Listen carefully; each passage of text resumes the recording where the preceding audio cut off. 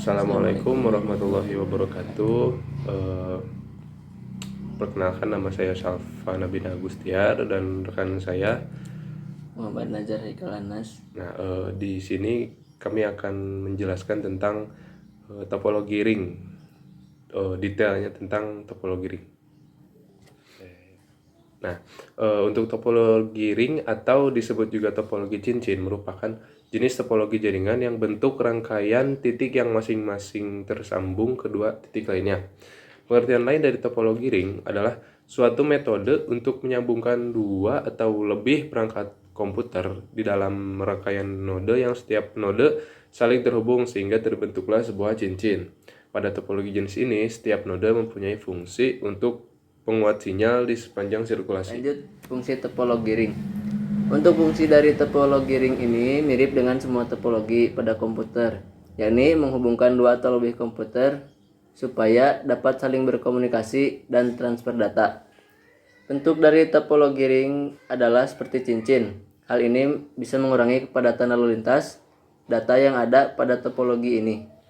Nah, kemudian saya akan menjelaskan tentang ciri-ciri topologi ring. Yang ciri-ciri pertama yaitu satu host terhubung dengan host lain sehingga host terakhir kembali ke host pertama. Yang kedua, mudahnya proses instalasi.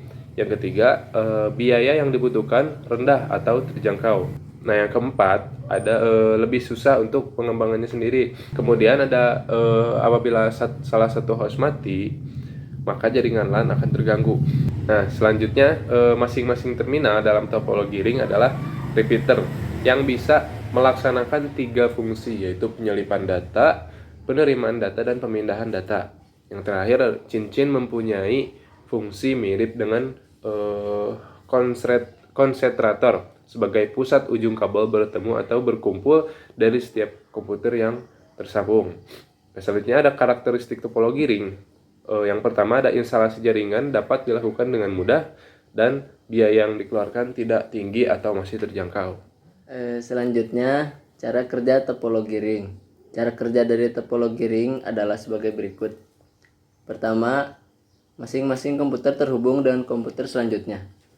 Yang kedua, masing-masing komputer melaksanakan transmisi ulang setiap pesan yang masuk dari komputer sebelumnya dan meneruskan ke komputer berikutnya. Yang ketiga, token atau pesan singkat berjalan satu arah di sepanjang cincin atau ring dan pengirimannya bergantian. Keempat, komputer yang bisa mengirim pesan ke komputer tujuan adalah komputer yang memiliki token. Yang kelima, token dirubah dengan cara menambahkan alamat dan data, lalu dikirimkan sepanjang cincin atau ring. Nah, kemudian ada kelebihan topologi ring. Yang pertama, mudah dibuat dan sederhana. Yang kedua, mempunyai performa yang lebih tinggi dibanding dengan topologi bus. Nah, yang ketiga, konfigurasi ulang dan instalasi perangkat jaringan baru lebih mudah dan ringan dilakukan. Nah, yang keempat, jika terdapat kesalahan, lebih mudah untuk melacak dan mengisolasi kesalahan tersebut di dalam jaringan karena memakai konfigurasi point to point. Nah, yang kelima, lebih hemat biaya dalam pemakaian kabel. Nah, yang keenam, tidak ada terjadi tabrakan pengiriman data dikarenakan pada waktu pengiriman data dalam satu waktu hanya satu node yang bisa mengirimkan data. Selanjutnya, instalasi topologi ini sederhana sehingga bisa dilakukan sendiri tanpa harus menjadi ahli IT.